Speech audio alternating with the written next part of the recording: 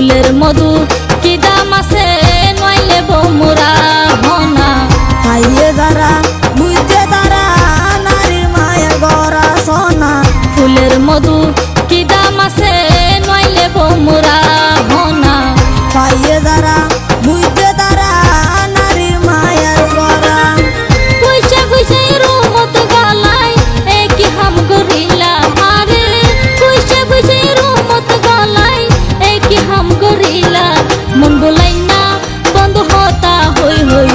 আর মন নান বলাইলা ভাইকা ভাইকা সগিলারি সারি আরে ফল বানাইলা